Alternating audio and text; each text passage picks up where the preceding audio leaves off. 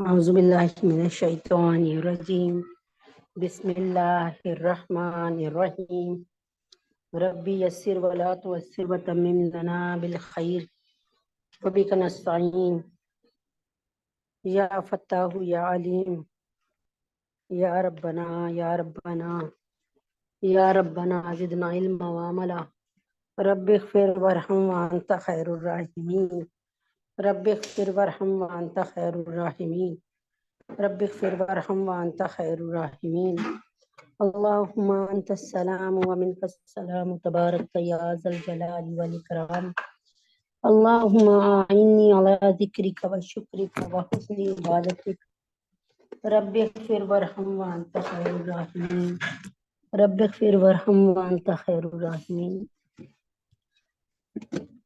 سبحان اللہ والحمد للہ ولا الہ الا اللہ واللہ اکبر ولا حول ولا قوة الا باللہ العلی العظیم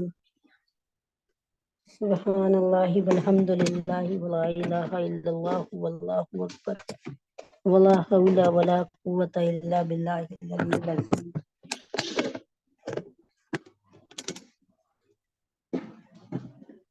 الحمدللہ رب العالمین کہ اللہ تبارک تعالیٰ کا بہت بہت شکر ہے الحمدللہ کہ اللہ تبارک تعالیٰ نے ہم سب کو پھر سے یہاں پر جمع ہونے کی توفیق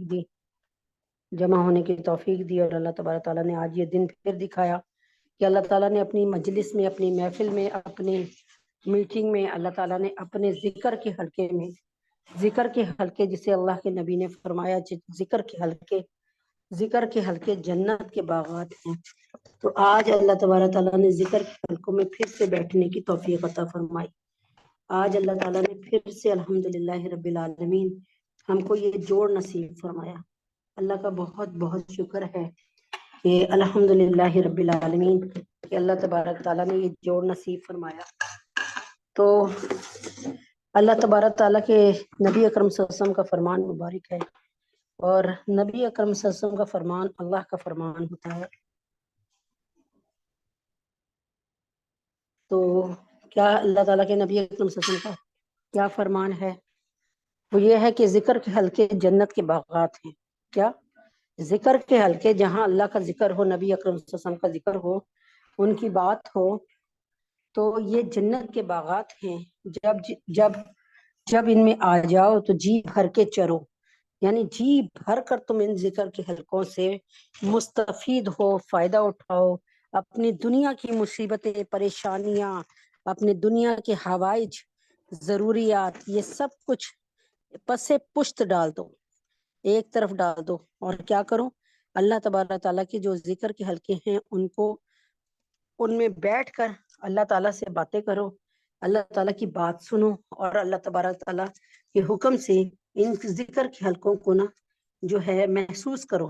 یعنی ان میں بیٹھ کر اس بات کو محسوس کرو کہ اللہ تعالیٰ تیرا شکر ہے کہ تو نے ہمیں کسی غیبت کی محفل میں، کسی شراب کی، زنا کی، کسی غلط کام کی محفل میں نہیں بٹھایا، بلکہ اللہ پاک آپ نے تو اپنا تعلق ہم سے مضبوط کر کے جوڑ لیا، یا آپ نے اپنی محفل میں لا ہم کو بٹھایا. اللہ تعالیٰ ہم آپ کا اس پر شکر گزاری ہم نہیں کر سکتے کہ یہ ہمیشہ کے لیے یاد رکھیں کہ بادشاہوں کی محفل میں بادشاہ جسے پسند کرتا ہے اسے بٹھاتا ہے. تو آپ نے دیکھا ہوگا کہ جو آپ کی جو ہے کیا کہتے ہیں سہیلیاں ہوتی ہیں، آپ اپنی سہیلیوں کو بلانا پسند کرتی ہیں. جب کوئی پارٹی ہوتی ہے آپ کبھی یہ نہیں سوچتی کہ میں کسی، ماں کہتی بھی ہے نا کہ فلاں کو بلا لو، تو آپ کہتی ہیں نہیں امی وہ نہ مجھے نہیں پسند ہے، یہ نہیں پسند. تو اللہ تعالیٰ نے آپ کو پسند فرما کے اپنے ذکر کے حلقوں میں، ذکر کی محفلوں میں، میٹنگ میں، مجلس میں بٹھا لیا. اللہ کی قسم اس پر اللہ کی قدردانی کریں، یہ کوئی معمولی باتیں نہیں ہیں.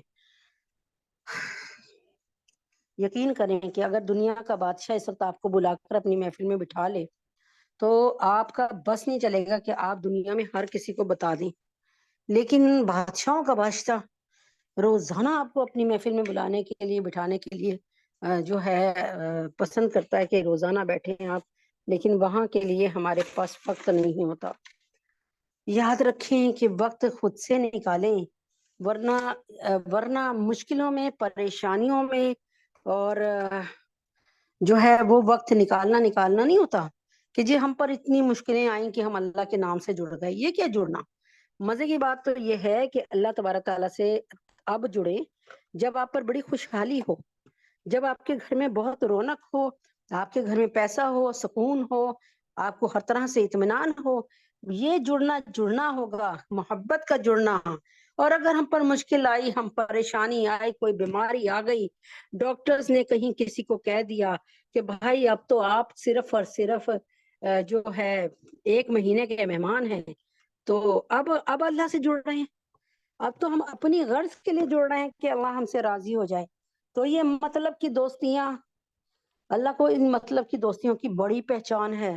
اگر ہم سمجھ رہے ہیں کہ ہم اپنے عمل سے اللہ کو نعوذ باللہ دھوکہ دے دیں گے، تو بھائی یہ ہماری خام خیالی ہے، یہ ہماری گندی غلط سوچ ہے، اور ان سوچوں پر کچھ نہیں ملنے کا. تو کیا کرنا ہے ہمیں؟ اللہ تبارک تعالیٰ سے، وہ کہتے ہیں نا 5 اللہ کے نبی اکرم صلی اللہ علیہ وسلم کی حدیث مبارک ہے نا، 5 چیزوں کو 5 سے پہلے غنیمت سمجھو. 5 چیزوں کو 5 سے پہلے غنیمت سمجھو. کیا؟ زندگی کو موت سے پہلے غنیمت سمجھو، خوشحالی کو تنگ دستی سے پہلے غنیمت سمجھو، اور فارغ البالی کو، لیئر ٹائم کو، اور فارغ البالی کو آپ مصروفیت سے پہلے غنیمت جانے. ٹھیک ہے؟ اور بڑھاپے سے، جوانی کو بڑھاپے سے پہلے غنیمت جانے. اگر ہم ان سب باتوں پر عمل کر لیں گے تو دیکھیں، یہ مجھے تو یوں لگتا ہے کہ نبی اکرم صلی اللہ علیہ وآلہ وسلم ہماری طبیعتوں کو خوب پہچانتے تھے اور خوب جانتے تھے، اور اس کے مطابق انہوں نے باتیں کی. یعنی اندر کی بات کو لیتے ہیں، جو ہمارے اندر کا ہے نا، جو ہمارے اندر کی خرابی ہے نا، ان کو بیان کرتے ہیں، جس کو سمجھنا ہر کسی کے بس کا روگ نہیں ہے. تو میری امید ہے کہ بات آپ کو سمجھ آ گئی ہوگی کہ آپ اللہ تعالیٰ کو بہت پسندیدہ ہیں، اللہ آپ سے محبت کرتے ہیں، اللہ تعالیٰ آپ کو دن اور رات بلاتے رہتے ہیں، اللہ تعالیٰ اپنی نظر سے دیکھتے رہتے ہیں. یاد رکھیں کہ اس دکھ کو وہ ماں سمجھ سکتی ہے جس نے ڈے 1 سے، پہلے دن سے اپنے بچے کو پیٹ میں رکھا، پھر ڈیلیوری کی مصیبتیں سہی، پھر راتوں کی جگائی سہی، بچہ بخار میں ہوتا تھا، جلتی ماں تھی، بچہ چلنے لگتا تھا، پکڑ پکڑ کے ماں ڈرتی تھی میرا بچہ گر نہ جائے. اللہ اکبر کبیرہ. تو لیکن اب وہ بچہ جوان ہوا، اب اس کو اپنی جو ہے اپنے دوست نظر آ رہے ہیں، اپنی دوستیاں نظر آ رہی ہیں، اس کو اپنی دوسرے لوگوں کی لذتیں نظر آ رہی ہیں، لیکن بوڑھی ماں کے سفید بال نظر نہیں آ رہے. ماں اس کی طرف دیکھتی ہے کہ اب میرا بیٹا آئے گا، مجھ سے سلام دعا کرے گا، لیکن ماں باپ کو جو ہے غیر ضروری چیز سمجھا گیا. یاد رکھیں، یہ ماں جس پیار سے اور جس تڑپ سے اپنے بچے کا انتظار کرتی ہے، میرا رب اس سے کہیں زیادہ تڑپ سے اپنے بندے کا انتظار کرتا ہے. خدا را زندگی میں ہی سمجھ لو، خدا را مصروفیت سے پہلے ہی سمجھ لو، خدا را اپنی بڑھاپے سے پہلے ہی جوانی میں سمجھ لو کہ یہ زندگی تو آنی جانی ہے. اور یعنی کیا مطلب ہے؟ جو ایک دفعہ دنیا میں آیا اور چلا گیا، اب وہ قیامت کی صبح تک نہیں واپس آ سکتا. یقین کریں، قرآن کو پڑھیں، قرآن میں ایک جگہ نہیں لکھا ربنا ابصرنا وسمعنا فرجعنا نعمل صالحا انا موقنون. اے اللہ، ہم نے ربنا ابصرنا، اب ہماری آنکھیں کھل گئی ہیں، ہمیں پتہ چل گیا ہے حقیقی رب تو ہے، وسمعنا، ہم نے یہ قبر کے رگڑے سن لیے، ہم نے یہ عذاب قبر دیکھ لیا، ہم نے موت کی سختی کو دیکھ لیا، ہمیں پتہ چل گیا دنیا کچھ نہیں ہے. ربنا ابصرنا وسمعنا فرجعنا، اب ہمیں لوٹا دے، ہمیں واپس بھیج دے. کہاں اس دنیا میں واپس بھیج، نعمل صالحا، تاکہ ہم نیک عمل کریں. اللہ ان موقنون، ہم تو بہت یقین رکھنے والے ہوگے تجھ پر، اب ہم تجھے مان کر عبادت کریں گے، تجھے جان کر عبادت کریں گے. اللہ اکبر. اللہ تعالیٰ کیا فرمائیں گے؟ ذق انک انت عزیز الکریم، ذق انک انت عزیز الکریم. اب یہ کانٹے دار پھل کا مزہ چکھ، اب یہ جہنم کی آگ کا مزہ چکھ۔ دنیا میں تو بڑا عزت والا بن کے رہتا تھا، تو جب کلف والے کپڑے پہن کر نکلتا تھا تو کوئی غریب تجھے روک لیتا تھا تو اس کو منہ پہ تھپڑ مارتا تھا، تو سمجھتا تھا تیری بڑی گاڑی ہے، کسی چھوٹی گاڑی والے نے، موٹر سائیکل والے نے تجھے اوورٹیک کیوں کر دیا۔ آج ذُقْ انک عزیز الکریم، اس زقوم کا مزہ چکھ، اس کانٹے دار پھل کا مزہ چکھ۔ دنیا میں تو بہت زیادہ شریف سمجھا جاتا تھا نا، تو اپنے آپ کو کچھ سمجھتا تھا نا، آج یہ زقوم اور زری کا مزہ چکھ۔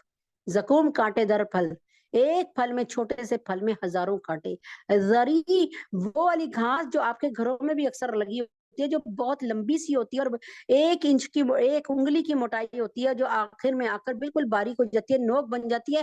اگر آپ اس کے دونوں سائڈوں پہ ہاتھ رکھیں تو ہاتھ، اور تیزی سے پھیریں تو آپ کا ہاتھ کٹ جائے گا، ایسے وہ بلیڈ کی طرح تیز ہوتی ہے، اور یہ زری کہلاتی ہے۔ لیکن یاد رکھیں، یہ آپ کا زقوم اور آپ کا زری جو ہے، جو گھروں میں کیکٹس تیار ہوتا ہے، یہ تو مٹی سے تیار ہو رہا ہے، ٹھنڈی مٹی سے، مٹی کی تاثیر ٹھنڈ ہے، اور وہ جہنم کی سرزمین میں آگ میں تیار ہوا ہوا پودا، اللہ اکبر کبیرہ، اس کی خصلت کیسی ہوگی، اس کا ذائقہ کیسا ہوگا، اللہ کبھی کسی کو نہ چکھائے اپنے حبیب کے طفیل میں۔ تو بتانا کیا ہے؟ بتانا یہ ہے کہ بھائی ابھی سے تیاری کر لو، آگے کا کچھ پتہ نہیں ہے کہ ہمارے ساتھ کیا ہونا ہے۔ اللہ تعالیٰ ابھی وقت ہے، ابھی اس وقت کو غنیمت جان لو، ابھی اللہ تعالیٰ سے اپنا تعلق بالکل سنسیئرٹی کے ساتھ، بالکل مخلص ہو کے جوڑ لو۔ خدا کی قسم، اللہ قریب ہی ہے، تمہارے دائیں بائیں، تمہارے اوپر نیچے، اللہ اللہ اللہ ہر جگہ ہے۔ وہ آپ نے قصہ سنا ہے نا، ایک بت پرست پوری رات یا سنم یا سنم کہتا رہا، غلطی سے جب اس کو اونگ آئی تو اس کے منہ سے نکلا یا سمد، یا سمد۔ سمد کہتے ہیں اللہ تعالیٰ کو، یعنی بے پرواہ، کوئی اس کو گالیاں دے اللہ کو کوئی فرق نہیں پڑتا، کوئی اس کو اچھا کہے اللہ کو کوئی فرق نہیں پڑتا، یا سمد۔ پوری دنیا اللہ کے خلاف ہو جائے، اللہ کو اتنا سا بھی، کہتے ہیں نا، رائی کے برابر بھی اللہ کو فکر نہیں ہوگی۔ تو اللہ تعالیٰ تو چیلنج کرتے ہیں، پوری دنیا کو تم اپنے ساتھ ملا لو، مجھے اکیلا چھوڑ دو، آؤ مجھ پہ حملہ کرو، دائیں سے کرو، بائیں سے کرو، اوپر سے کرو، نیچے سے کرو، اللہ اکبر کبیرہ۔ اچھا جی، تو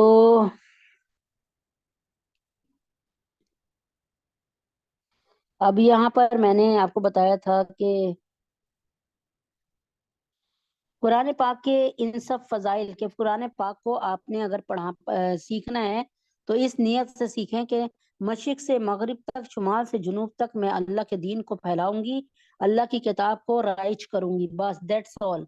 کبھی آپ کے ذہن میں ہو کہ میں بہت اچھا پڑھوں گی تو لوگ مجھے 1000 روپے دے کے 10 لوگ مجھ سے پڑھیں گے تو 10,000 ہو جائے گا، خدا کے واسطے یہ والی سوچ ہے۔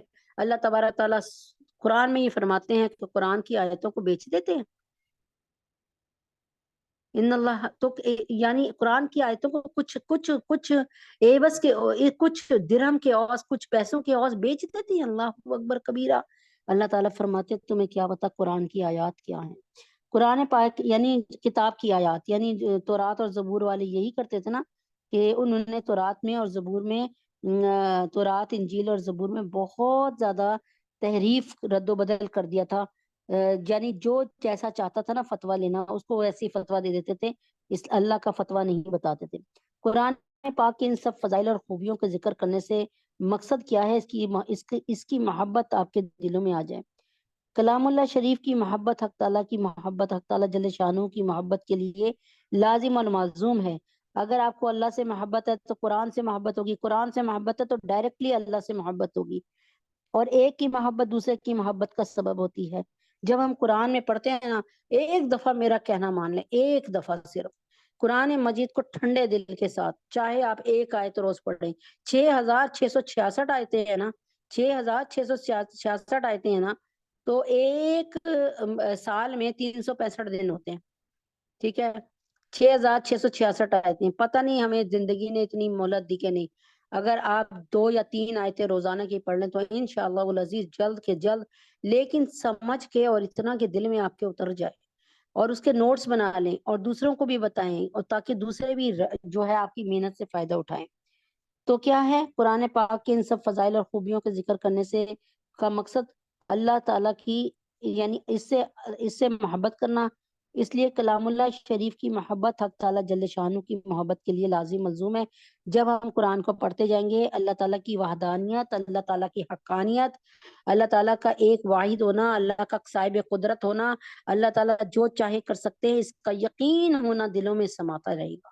اور آپ کی ایمانی قوت ایسی ہوگی۔ آپ کو پتہ نا ابو مسلم خولانی کا پتہ ہے؟ ابو مسلم خولانی حضرت عمر فاروق کے دور میں تھے۔ کہاں تھے؟ یمن میں تھے، یمن کا جو بادشاہ تھا نا، اس وقت اس نے نبوت کا دعویٰ کیا تھا۔ جب نبوت کا دعویٰ کیا تھا تو اس وقت کے بادشاہ نے کیا کیا؟ اس کے بادشاہ نے ان کو آگ میں پھینکوا دیا۔ ٹھیک ہے، وہ سچے نبی حضرت محمد صلی اللہ علیہ وسلم کے وفادار تھے اور حضرت محمد صلی اللہ علیہ وسلم کو آخری نبی مانتے تھے، اور ان کے بعد کسی اور کو نبی مانتے نہیں تھے۔ انہوں نے دھڑلے سے کہا، انہوں نے پورے زور سے کہا، انہوں نے پورے یقین سے کہا حضرت محمد صلی اللہ علیہ وسلم کے بعد پوری روئے زمین پہ کوئی اور نیا نبی آ ہی نہیں سکتا، اور نبوت کسی کو مل ہی نہیں سکتی۔ کتاب پیغمبری میں، سلسلہ پیغمبری میں اب کسی نئے نبی کی گنجائش نہیں ہے۔ تو ابو مسلم خولانی رحیم اللہ کو کیا کیا؟ ان کو آگ میں پھینک دیا۔ وقت کے بادشاہ نے آگ دہکائی اور ان کو پھینک دیا، اور آپ بڑے مزے سے اس آگ میں ایسے کھڑے ہیں جیسے کہ آپ کمپنی باغ میں کھڑے ہیں، جا کے ہوائیں لے رہے ہیں، ہوائیں چل رہی ہیں۔ کتنی دیر وہ وہاں کھڑے رہے، آگ نے ان کو ایک رتی بھی نہیں جلایا۔ انہوں نے فوراً ان کو آگ سے یوں نکلوایا۔ کیوں نکلوایا؟ اس لیے کہ بھائی یہ تو بندہ کہہ رہا ہے کہ کوئی نبی نہیں آنا، تو کہیں لوگوں نے اس کے ایمان کو دیکھ لیا اور اس کو دیکھ لیا کہ یہ تو آگ میں بھی سلامت ہے، تو لوگ سمجھیں گے کہ یہی سچ بول رہا ہے، تو پھر میری نبوت تو گئی چولہے بھاڑ میں۔ چنانچہ انہوں نے فوراً ان کو نکال کے ان کو ڈیپورٹ کر دیا، ان کو شہر بدر کر دیا۔ اب یہ کہاں پہنچے؟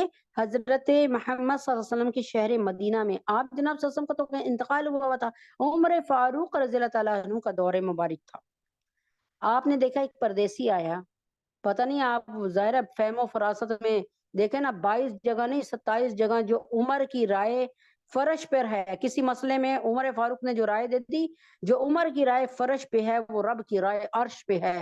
اللہ تبارک تعالیٰ عمر کے فیصلے کو پسند فرما کے آیات قرآنی نازل فرما دیتے تھے۔ ایک جگہ نہیں ہے، 27 جگہ۔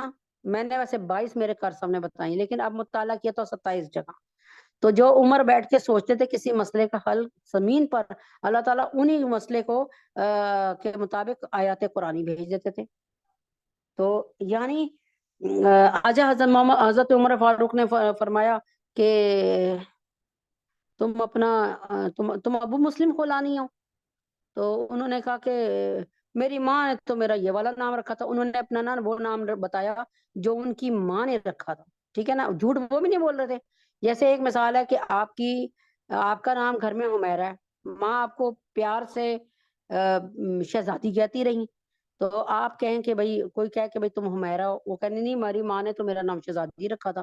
ٹھیک ہے نا، ایک مثال دے کے سمجھا رہی ہوں۔ ان کا نہیں میرا تو یہ نام ہے، تو نہیں، انہوں نے کہا میرا تو یہ نام میری ماں مجھے لے کے پکارتی تھی۔ تو حضرت عمر فاروق رضی اللہ عنہ والی فہم و فراست کہاں سے لائیں؟ ایسا بندہ کہاں سے چن کر لائیں؟ انہوں نے کہا میں تمہیں اللہ کی قسم دیتا ہوں، تم ابو مسلم خولانی ہو نا، جن پر ابراہیم کی سنت زندہ ہوئی ہے، ابراہیم 40 دن آگ میں رہے تھے، وہ بھی آگ میں رہے اور صحیح سلامت رہے۔ انہوں نے کہا میں تمہیں اللہ کی قسم دیتا ہوں، تم بتاؤ تم ابو مسلم خولانی ہو؟ ابو مسلم خولانی نے پھر اس وقت کہا جی میں ابو مسلم خولانی۔ یعنی نیکی کی ہم ہوتے تو ہم کہتے لو ہمیں فلاں بادشاہ نے ڈالا تھا، ہم کیسے آ کریں، ہمیں چھوا تک نہیں، ہمارا بس نہ چلے، ہم پوری دنیا کو چیخ چیخ کر بتائیں۔ لیکن وہ اپنے آپ کو چھپائے چلے جا رہے تھے۔ اللہ کے سچے نبی کے سچے عاشق، وہ صحیح معنی میں اللہ والے تھے۔ تو اب بتانے کا کیا مقصد ہے کہ بھائی بات صرف اتنی سی ہے کہ جو بھی ہے جس طرح بھی ہے کوشش کرے کہ دین اسلام کو سمجھیں، قرآن کو سمجھیں، قرآن کو پڑھنے کی نیت سے سمجھیں، قرآن کو پڑھنے کی نیت سے، قرآن کو پڑھنے کی نیت سے سمجھیں اور عمل کی نیت سے سمجھیں، اور انشاءاللہ پھر ایک دن ایسا آئے گا کہ اللہ پاک آپ کو قبول اور منظور فرمائیں گے کہ یہ آپ کی قرآن پڑھتے ہوئے یہ آپ کی سوچ نہ ہو میں اچھا قرآن پڑھوں گی اور پھر پڑھاؤں گی پیسے ملیں گے، یا یہ میں اچھا قرآن پڑھوں گی لوگ سنیں گے میری واہ واہ کریں گے، یا یہ کہ قرآن کو جو ہے وہ مطلب کیا کہتے ہیں، ایک ہو گیا ریاکاری کے طور پہ استعمال کرنا، اور ایک یہ کہ پیسے لینا، تو یا یہ کہ میری قرآن کے ساتھ میں عزت کو حاصل کر لوں گا۔ عزتیں اور ذلتیں اللہ کے ہاتھ میں ہیں، جب اللہ تبارک تعالیٰ عزت پہ دینے پہ آتا ہے آپ یقین کریں کہ عزتیں اللہ کے ہاتھ میں ہیں اور اللہ رب العزت ہی دیتے ہیں۔ تو کیا کرنا ہے، چاہے قرآن پڑھ لیں چاہے کچھ پڑھ لیں، عزت اللہ ہی دینے والے ہیں۔ جو نیک لوگ ہوتے ہیں نا ان کی نیکیاں نہ اللہ تعالیٰ چھپاتے، جو اپنی نیکیوں کو چھپاتے ہیں نا ان کی نیکیاں اللہ دوسرے زبان عزت پہ لے آتے ہیں، یعنی عام انسان سے اس کا چرچا کرا دیتے ہیں۔ یقین کریں آپ نے کوئی نیکی کی اور اس کو آپ نے چھپا لیا، کر کے دیکھیں اس کو، اللہ پاک اس نیکی کو کہاں سے کہاں، میری تو عقل دنگ ہے اس بات پہ، اور مجھے شاید اس بات پر کبھی بھی زندگی بھر یقین نہ آتا جب کہ اللہ پاک نے ایک واقعہ میرے ساتھ خود کر دیا جس کی وجہ سے میں اتنی حیران ہوئی، میں نے کہا یا اللہ کہ میں نے تو، اور حقیقتاً اللہ جانتا ہے میں قسم کھانے کو تیار ہوں کہ وہ نیکی کرتے ہوئے تو میں نے ایک لفظ بھی نہیں سوچا تھا کہ اس پر کوئی جزا ملے گی، یا میں یعنی سوچا ہی نہیں تھا۔ اصل میں بات یہ ہے کہ میں یہ نیکی کرتے ہوئے تو الحمدللہ کوئی سوچ مجھے نہیں آتی، صرف یہی کہ اگلے کو سکون پہنچا دوں، لیکن مجھے اگر کوئی سوچ آ بھی جائے تو میں صاف یہ کہتی ہوں کہ اللہ میں نے اگر پیسوں سے کسی کی مدد کی تو تو نے مجھے پیسے دیے تو پھر تیرا نام ہوا نا، میرا نام تو کوئی نہ ہوا۔ یا میں کسی سے کی باڈی سے میں مدد کروں، یعنی کسی کو کام بنا کے دے دوں، کوئی کام کر کے دے دوں، تو میں سمجھتی ہوں اللہ طاقت تو تو نے دی ہے۔ یہ سوچ بنائیں کہ اللہ پاک ہم تو نیکی کرنے کے قابل ہی نہیں ہیں، آپ نے پیسے دیے ہم نے آگے بڑھا دیے، ہمارا کنٹریبیوشن تو کوئی نہیں ہوا نا، آپ نے ہمیں طاقت دی ہم نے اپنی ہمت سے اور عقل سے یہ کام کر دیا، یہ تو کام آپ نے کروایا ہم سے۔ ہمیں جب آپ انکساری کے ساتھ کام کریں گے، میں لکھ کر دیتی ہوں، اور آپ کی سوچ ایسے بدلے گی نا، یہ نہیں ہوگی سوچ کے دیکھا اب میرے خاندان میں لوگوں کو پتا چلے گا تو خاندان والے مجھے کتنا کہیں گے یار یہ تو بڑا سخی آدمی ہے، یہ تو بڑا خدا ترس آدمی ہے، یہ تو بڑا نیک ہے بھائی۔ اگر یہ تمام کے تمام چیزیں اگر ہم سوچ کے کریں گے تو یاد رکھیں کہ ایسے ہی ہے کہ جیسے نیکی کر کے آپ نے اسے کنویں میں ڈال دیا، فائدہ کوئی نہیں ہوا اس نیکی کا آپ کو۔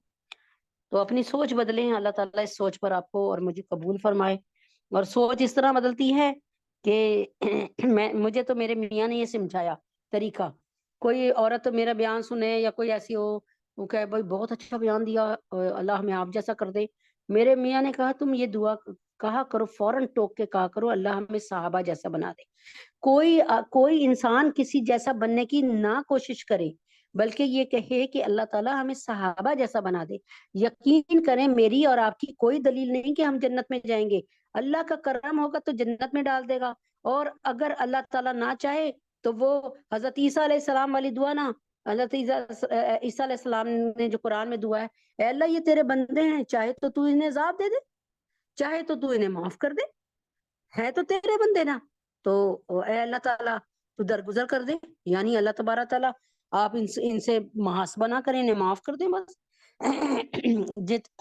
یاد رکھیں کہ سوچوں پر نا جب آپ سوچ اپنی اچھی رکھیں گے نا پھر آپ دیکھیے کہ آپ ہر شخص کو فائدہ پہنچانے کی کوشش کریں، ہر شخص کو فائدہ پہنچانے کی کوشش کریں۔ اعوذ باللہ من الشیطان الرجیم، بسم اللہ الرحمن الرحیم۔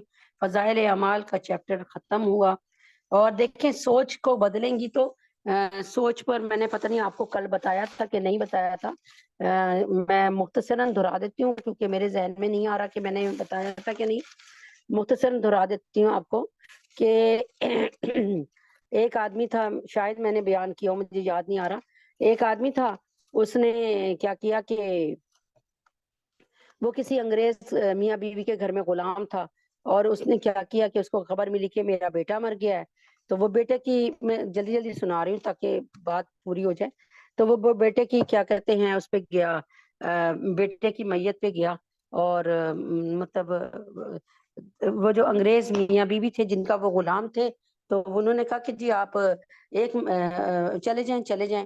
جب وہ 2-3 دن بعد وہ انگریز میاں بیوی بھی چلے گئے ان کے گاؤں میں، دیکھا کہ وہ بڑے آرام سے بیٹھے ہوئے ہیں اور بس ایک چارپائی پہ بیٹھے ہیں، اور بس جب انہوں نے کہا ہمیں بڑا افسوس ہوا آپ کا بیٹا مر گیا، تو انہوں نے کہا کہ اللہ کی چیز تھی، اللہ نے لے لی، افسوس کس بات کا، اللہ نے دی اسی لیے تھی، اللہ نے لے لینی تھی، مجھے تو نہیں افسوس اس کا، بس اللہ تعالیٰ اس کی مغفرت فرمائے.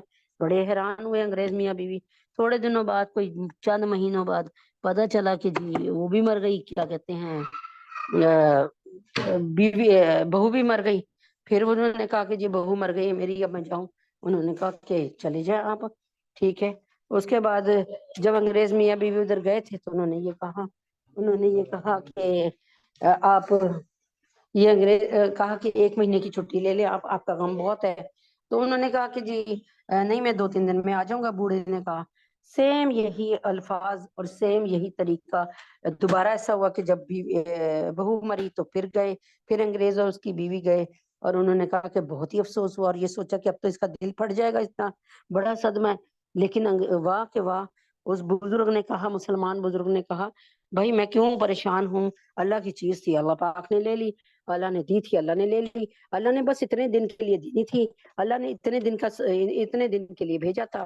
اس کے بعد اپنے مالک نے کہا کہ آپ 1 مہینے کی چھٹی کر لیں. انہوں نے کہا نہیں، میں 2-4 دن میں آ جاؤں گا انشاءاللہ. اچھا اب جناب صاحب پھر کیا ہوا کہ وہ مالک سے کہنے لگے کہ اگر آپ برا نہ مانے تو اب میرا ایک پوتا ہے، اب اس کو میں کہاں چھوڑوں، اس کو میں اپنے ساتھ رکھ لوں. تو دونوں میاں بیوی راضی ہو کے کہ رکھ لو. اب وہ دیکھتے کہ ہر وقت ہی اپنے پوتے کے ساتھ کھیل رہا ہے، بڑا ہی ٹائم دیتا ہے پوتے کو، اور ہمارا کام بھی کرتا ہے، لیکن پوتے کو بھی بہت رگ جاں بنا کے رکھا ہوا ہے.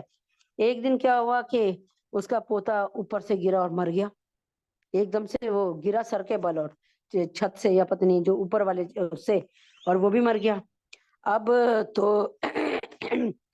تو جب یہ میاں بیوی، انگریز میاں بیوی آئے تو انہوں نے کہا کہ بھائی یہ ایسے یعنی بڑے حیران ہوئے کہ بھائی یہ اب تو بالکل ہی بس بکھر جائے گا بوڑھا، اب تو اس کو بہت جو ہے وہ ہے، مطلب اس وقت تکلیف ہے.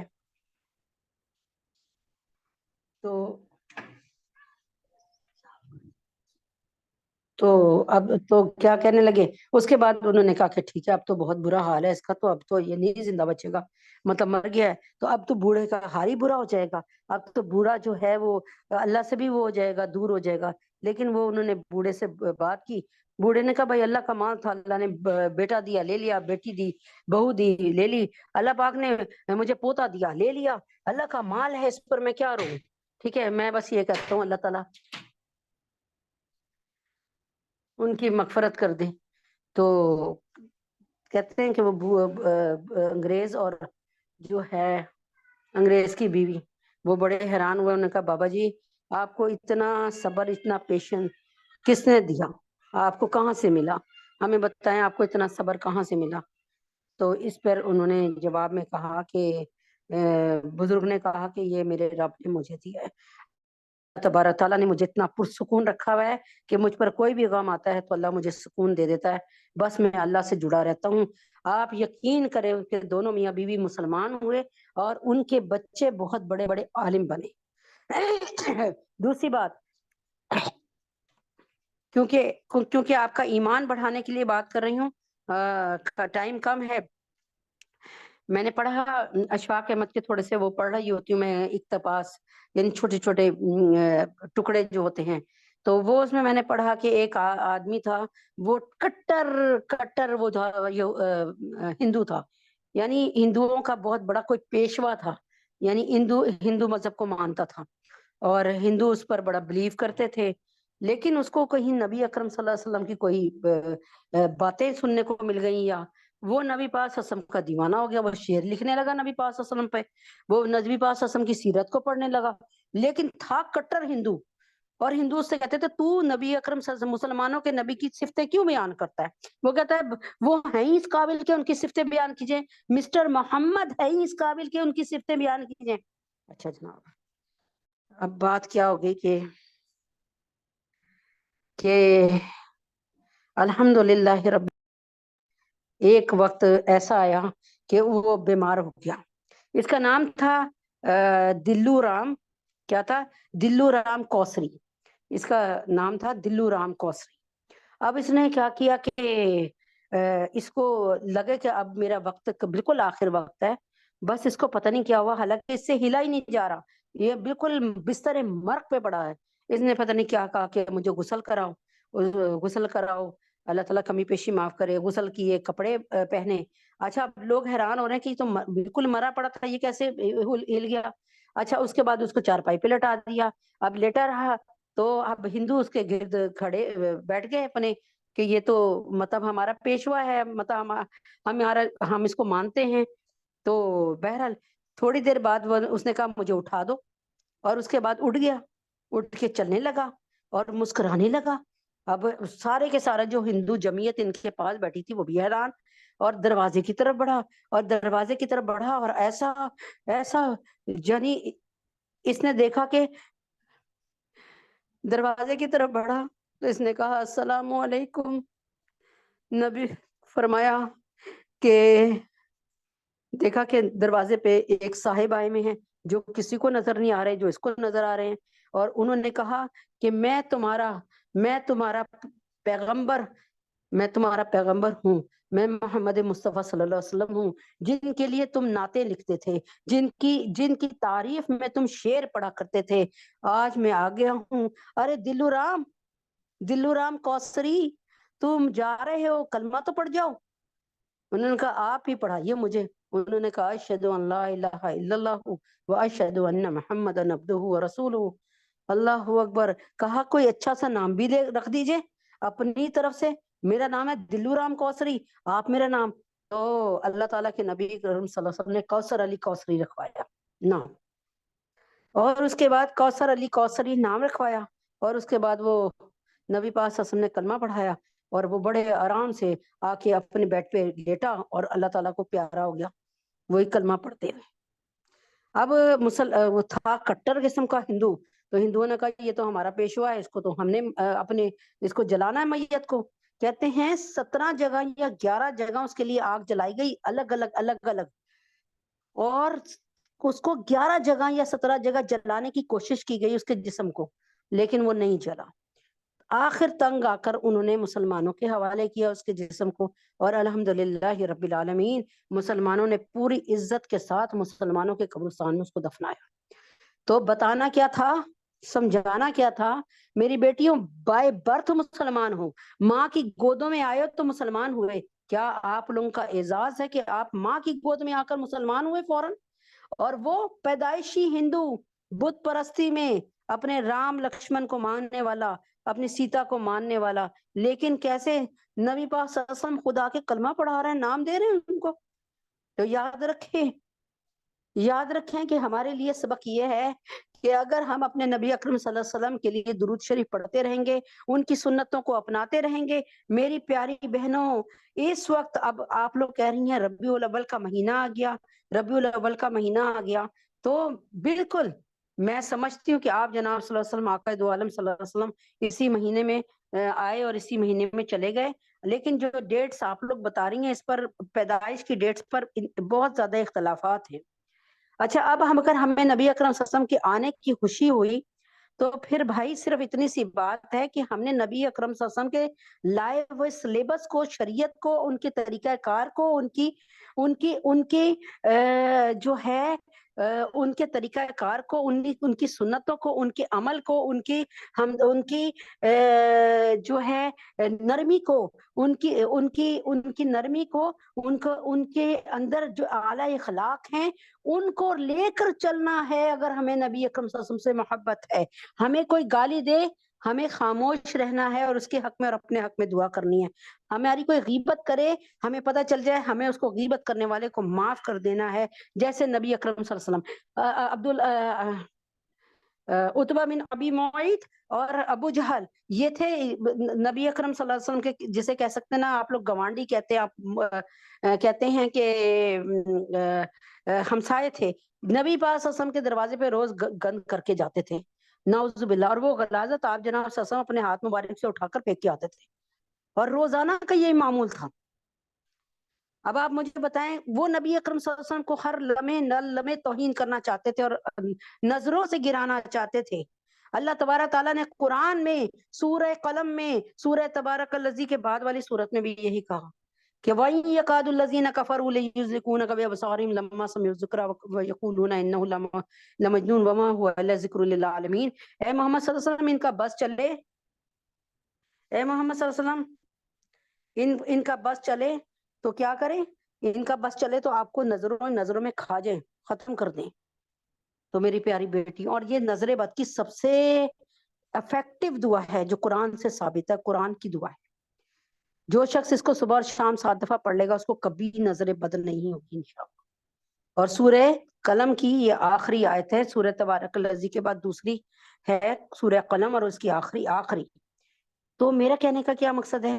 آپ کو نبی پاک صلی اللہ علیہ وسلم سے ہے، آپ حضرت محمد صلی اللہ علیہ وسلم کے لیے صدقہ اور خیرات کیجئے، لوگوں کو دیجئے، اور کہیے اس کا ثواب نبی پاک صلی اللہ علیہ وسلم کو جو ہے مل جائے۔ آپ کسی بیوہ کے گھر کی چھت بنا دیجئے، کہیے اس کا ثواب نبی اکرم صلی اللہ علیہ وسلم کو مل جائے۔ آپ جو ہے پکے نمازی بن جائیے اس مہینے میں کہ میں کبھی بھی نماز نہیں چھوڑوں گا، کبھی بھی قرآن نہیں چھوڑوں گا، اگر آپ کو نبی پاک صلی اللہ علیہ وسلم سے محبت ہے۔ اگر کوئی خدا نہ خواستہ گندی عادت میں مبتلا ہے، سگریٹ نوشی کرتا ہے، نشہ کرتا ہے، شراب کرتا ہے، کوئی زنا کی طرف آتا ہے، وہ پکی اور سچی توبہ کر لے کہ میں آج کے بعد اس کی طرف دیکھوں گا بھی نہیں، نبی پاک صلی اللہ علیہ وسلم کی طرح میں عفو اور درگزر سے کام کروں گا۔ جو مجھ پر کیچڑ اچھالتے تھے میں ان کے ساتھ بھی ان کے حق میں بھی دعا کروں گا۔ میں اپنی ذاتی عزت پر جو ہے میں اپنی ذاتیات کو ترجیح نہیں دوں گا، بلکہ میں نبی اکرم صلی اللہ علیہ وسلم کے اصولوں کو اور ان کی شریعت کو ترجیح دوں گا۔ تو آپ مجھے بتائیں نا، نبی اکرم میں قرآن سے کوئی عمل نہیں پیش کر رہی، میں قرآن سے کوئی عمل نہیں پیش کر رہی، اور میں حدیثوں سے بھی کوئی عمل نہیں پیش کر رہی۔ میں صرف ایک بات جانتی ہوں، جو عمل نبی اکرم صلی اللہ علیہ وسلم نے کیا، اس کے بعد صحابہ نے کیا، اس کے بعد تابعین نے کیا، اس کے بعد تبع تابعین نے کیا، حتیٰ کہ وہ آج ہم بھی کر رہے ہیں، یہ اس عمل کی اتھینٹسٹی ہے، یہ اس کا صحیح مستند ہونا، یہ ہے اس کا صحیح مستند ہونا۔ جیسے 10 ذی الحجہ کو، 11 ذی الحجہ کو، 12 ذی الحجہ کو آپ جناب صلی اللہ علیہ وسلم نے بھی قربانی کی، اور عید الاضحیٰ منائی، ہم بھی مناتے ہیں، عید الفطر منائی، ہم بھی مناتے ہیں۔ یہ اس کی اتھینٹسٹی ہے، جو نبی پاک صلی اللہ علیہ وسلم سے ہو رہا ہے کام، جو صحابہ نے کیا، اس کے بعد تابعین اور تبع تابعین نے، اور اس کے بعد علماء دین نے کیا۔ یہ میں آپ کو کوئی قرآن کی دلیل نہیں دے رہی، میں بتا رہی ہوں کسی کام کا صحیح ہونا، مستند ہونا اس بات سے ثابت ہے۔ تو کیا صحابہ کرام رضوان اللہ تعالیٰ اجمعین نے نبی اکرم صلی اللہ علیہ وسلم کی وفات کے بعد ایسا کیا کہ آپ نے سبیلیں لگائی، آپ نے جلوس نکالے، آپ نے نعتیہ مشاعرے پڑھے، آپ نے گھروں کو لائٹیں لگائی، آپ نے فنڈ مانگا، چندہ مانگا، آپ نے پہاڑیاں بنائی، اور آپ لوگوں نے جو ہے وہ جھنڈے لگائے چھوٹے چھوٹے بنا کے کلمے کے۔ تو مجھے بتائیے کہ اگر کچھ عمل ایسا صحابہ نے کیا تھا نبی اکرم صلی اللہ علیہ وسلم کی وفات کے بعد، ابو بکر صدیق نے کیا، عمر فاروق نے کیا، اپنے دور حکومت میں کروایا، 2 سال 10 ماہ حضرت ابو بکر صدیق نے کوئی کچھ کیا، 10 سال 6 ماہ 5 دن حضرت عمر فاروق نے کچھ کیا، علی رضی اللہ تعالیٰ عنہ نے کچھ کیا، عثمان غنی نے کچھ کیا۔ لائیے مجھے، میں بھی جھنڈے لگاؤں، میں بھی سبیلے لگاؤں، میں بھی دیگیں بنا کر بانٹوں۔ اللہ کی قسم آپ کی ایک دیگ 10 سے 15 ہزار میں تیار ہوگی، اس 15 ہزار میں آپ 2 یا 3 گھروں کا راشن لا کے ڈال دیں، آٹا اور صرف گھی ڈال دیں 15 ہزار میں، تو 2 گھروں کو پورا مہینہ انشاءاللہ بہترین طریقے سے کھلا سکتے ہیں۔ اللہ تبارک تعالیٰ وہ عمل کریں جو، اب دیکھیں نا، آپ نے جانا کراچی ہے، بہترین گاڑی ہے، بہترین ڈبہ ہے، آپ کو بہترین کھانا مل رہا ہے، اے سی لگا ہوا ہے، لیکن گاڑی تیزی سے چلے جا رہی ہے، لیکن آپ کو پتہ چلتا ہے میں نے جانا کراچی تھا، یہ تو گاڑی جا رہی ہے پنڈی، تو آپ بے قرار ہو جائیں گے نا۔ کہ آپ منزل تک تو نہیں پہنچ سکتے نا کبھی بھی. تو اسی طریقے سے یہ عمل کر کے ہم جنت میں نہیں جا سکتے. ہمیں اس گاڑی پہ بیٹھنا ہے جو ہمیں کراچی لے کے جائے. ہم نے اس رستے کو چننا ہے جو کراچی لے کے جائے. تو میری پیاری بہنوں، میرے خیال میں آپ سمجھ گئی ہوں گی کہ ان میں سے کوئی عمل، ایک عمل بھی اگر صحابہ نے کیا نبی اکرم صلی اللہ علیہ وسلم کی کہ انتقال کے بعد، تو لائیں مجھے بھی بتائیں. میں بھی آج سے شروع کرتی ہوں اور میں بھی کروں گی انشاءاللہ. لیکن آپ مستند گواہیوں کے ساتھ دیجیے گا، ادھر ادھر کی بات سے میں نہیں راضی ہوں گی. آپ مجھے کوئی دکھائیں کہ ہاں جی ابو بکر صدیق نے ایسا کیا تھا، نبی اکرم صلی اللہ علیہ وسلم کی وفات کے بعد یہ عمل کیا تھا، اس طرح چراغاں کیا تھا، اس طرح جلوس نکالے تھے. ٹھیک ہے، میں بھی کروں گی. لیکن اگر انہوں نے نہیں کیے تو پھر آپ بھی نہ کریں، خدارا آپ بھی نہ کریں. اعوذ باللہ من الشیطان الرجیم، بسم اللہ الرحمن الرحیم. اچھا جی، موت کی تیاری. وہ شخص یہاں پر جو ہے ایک سلسلہ شروع تھا الحمدللہ رب العالمین، اسی سلسلے کو لے کر چل رہے ہیں الحمدللہ. تو اللہ تبارک تعالیٰ بس قبول اور منظور فرما لے. اچھا، حدیث میں آتا ہے 7 قسم کے بندے اس دن اللہ رب العزت کے عرش کے سائے کے نیچے ہوں گے. کس دن؟ جس دن حشر سمانیہ ہوں گی، حشر کا دن ہوگا. ایک تو عادل بادشاہ اللہ کے عرش کے سائے میں ہوں گے، وہ جوان جو جوانی میں اللہ کی عبادت کرتا ہو، وہ شخص جس کا دل مسجد میں اٹکا رہتا ہو، ہر وقت وہ اس کو بس مسجد کی پڑھی ہو کہ بس میں اب یہ نماز پڑھ لی ہے تو اب یہ پڑھ لوں، اب یہ پڑھ لی ہے تو یہ پڑھ لوں، اب یہ پڑھ لی ہے تو یہ پڑھ لوں. ٹھیک ہے. اس کے بعد کیا کرنا ہے؟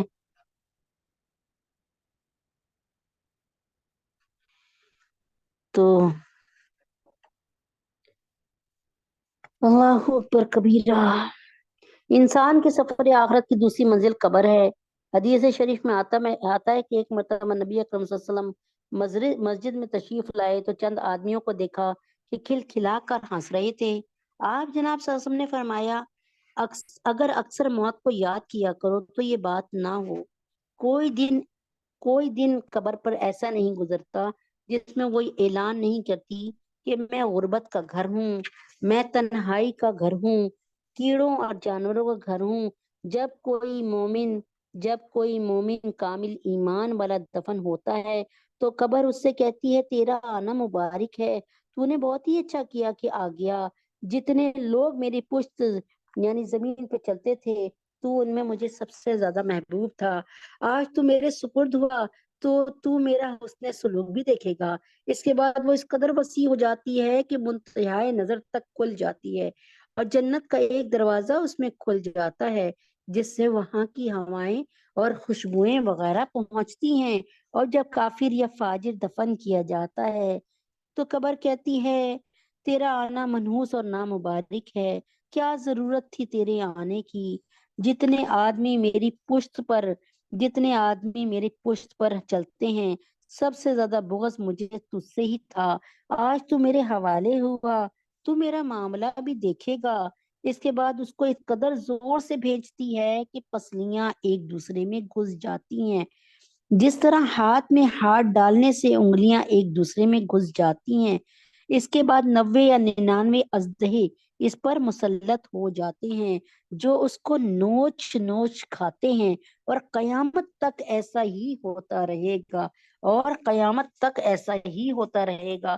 یعنی یہ نہیں کہ کسی وقت وہ سکون پالے، نہیں، قیامت تک اس کے ساتھ ایسا ہی ہوتا رہے گا.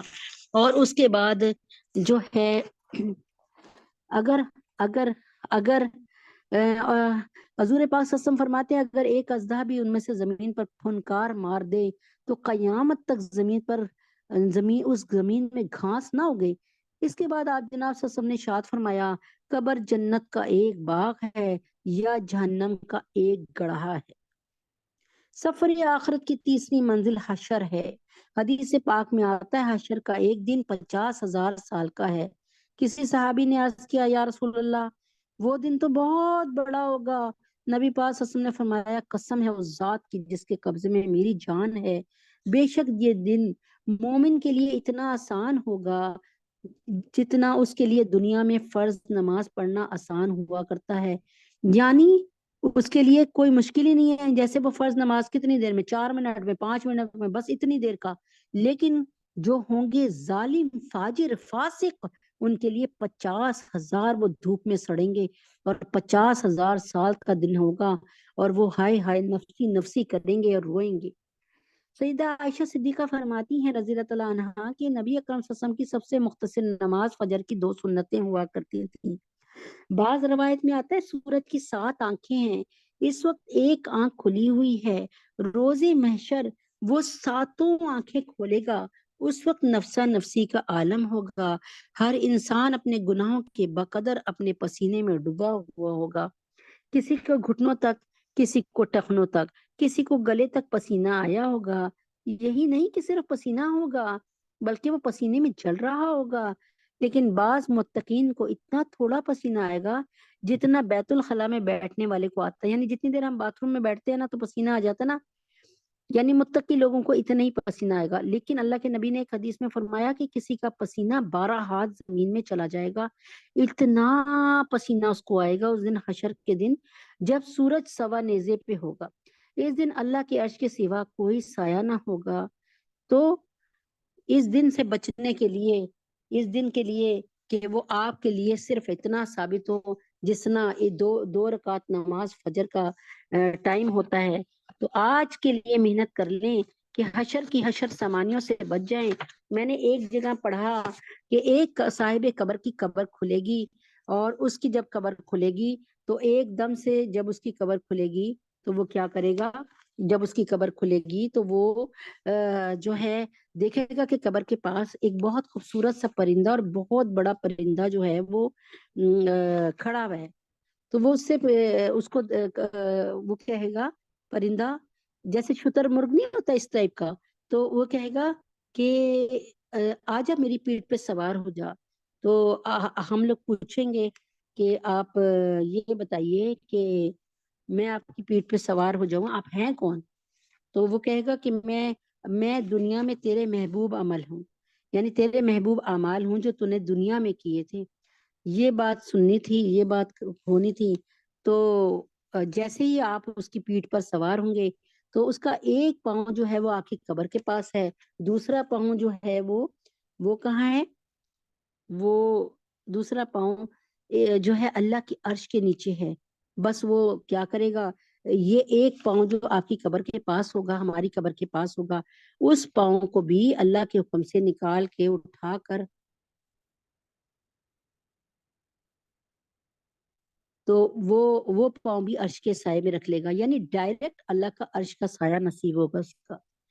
اب ہے کیا کہتے ہیں, اب ہے احکام الجنائز, یعنی میت کو غسل دینے کا بیان. جو لوگ چاہتے ہیں کہ میت کو غسل دینے کا بالکل اچھی طرح سے طریقہ سیکھ لیں, تو ہماری بہن مسز ارسلان کے ایک گروپ میں ابھی سلسلہ شروع ہوا ہے, میرے خیال میں اسی مہینے. ابھی 1-2 ویڈیو 5-5 منٹ کی, 4-4 منٹ کی ایک ویڈیو ہیں, اس کو جوائن کر لیں. ایک ہفتے میں صرف ایک آڈیو کو سننا, اور پھر اس کے سوالوں کے جواب, وہ بھی زبانی.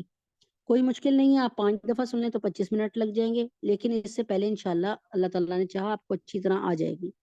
تو پھر یہ ہے کہ یہ ہر مسلمان پہ فرض, مطلب مسلمان کے لیے ضروری ہے کہ وہ میت کو غسل دینے کا طریقہ سیکھ لے.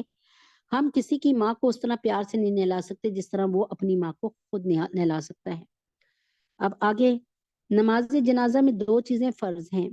سب سے پہلے 4 تکبیریں جو گویا 4 رکعت کے قائم مقام ہے. یہ میں اس لیے بتا رہی ہوں کہ انشاءاللہ اللہ تعالیٰ آپ کو حج پہ لے کے جائے گا, اور وہاں پر آپ کو نماز جنازہ ہر تقریبا نماز کے ساتھ ملتا ہے. نماز جنازہ میں 2 چیزیں فرض ہیں. 4 تکبیریں جو گویا 4 رکعت کے قائم مقام ہیں. قیام, کھڑا ہونا, یعنی کھڑے ہو کر نماز پڑھنا. 3 چیزیں مسنون ہیں. ثنا, یعنی سبحانک اللہم وبحمدک وتبارک اسمک, یہ ثنا ہے. درود شریف, ثنا, درود شریف. تیسری دعا. اگر کسی سے تکبیر چھوٹ گئی یا قیام رہ گیا تو اس کی نماز نہیں ہوگی. ہاں, اگر ثنا وغیرہ رہ گئی تو آپ کو پتہ ثنا تو ویسے ہی سنت عملہ چھوٹ گیا تو کوئی بات نہیں, تو نماز ہو جائے گی. نماز جنازہ میں تمام اذکار یعنی جتنے بھی آپ اذکار پڑھیں، جتنے بھی آپ ذکر کریں، نماز جنازہ میں تمام اذکار آہستہ آواز سے پڑھے جائیں۔ اونچی آواز سے ان اذکار کا پڑھنا کسی بھی حدیث سے ثابت نہیں، کسی بھی صحیح صریح مرفوع حدیث سے ثابت نہیں، بلکہ یہ غیر مسلموں کا طریقہ ہے۔ اب آپ سمجھ گئے کس کو کہہ رہی ہوں۔ اگر کوئی شخص ایسے وقت آئے کہ نماز جنازہ کھڑی ہو چکی ہو تو اسے چاہیے امام کی تکبیر کا انتظار کرے۔ جب امام تکبیر کہے تو یہ شامل ہو جائے اور باقی تکبیریں امام کے سلام پھیرنے کے بعد کہے۔ آج کل کچھ لوگ سلام پھیرتے وقت پہلا سلام پھیر کے دایاں ہاتھ چھوڑ دیتے ہیں اور دوسرا سلام پھیر کے بایاں ہاتھ۔ یہ صحیح طریقہ نہیں ہے۔ اصل یہ ہے کہ دونوں طرف سلام پھیر کر ہاتھ چھوڑے جائیں۔ آپ کو پتہ ہے واحد ہے نماز جنازہ جس میں کوئی سجدہ نہیں ہوتا، کوئی رکوع نہیں ہوتا، کیونکہ آپ کے سامنے جنازہ پڑا ہوتا ہے، ٹھیک ہے نا، مردوں کے سامنے، چنانچہ اس میں کوئی رکوع اور کوئی سجود نہیں ہوتا، ٹھیک ہے۔ تو میرے خیال میں آپ کو سمجھ آ گئی ہوگی کہ نماز جنازہ میں دو چیزیں فرض ہیں، 4 تکبیریں جو گویا 4 رکعت کے قائم مقام ہیں، یعنی قائم مقام کہتے ہیں اس کے برابر ہیں۔ نمبر 2 قیام یعنی کھڑے ہو کر نماز پڑھنا۔ 3 چیزیں مسنون ہیں۔ مسنون کا مطلب سنت ہیں، چھوٹ جائیں تو کوئی بات نہیں، لیکن جان بوجھ کے چھوڑیں گے تو نبی اکرم صلی اللہ علیہ وسلم نے سوال کر لیا کہ میری سنتوں سے تجھے نفرت کیوں تھی، تو کیا جواب دیں گے؟ اور نبی پاک صلی اللہ علیہ وسلم نے بدلے میں کہہ دیا کہ میں بھی تیری شفاعت نہیں کرتا، تو کیا کہیں گے؟ ہاں جان بوجھ کے نہ چھوڑے، غلطی سے چھوٹ گئی یا وقت کی کمی کی وجہ سے چھوٹ گئی تو کوئی بات نہیں۔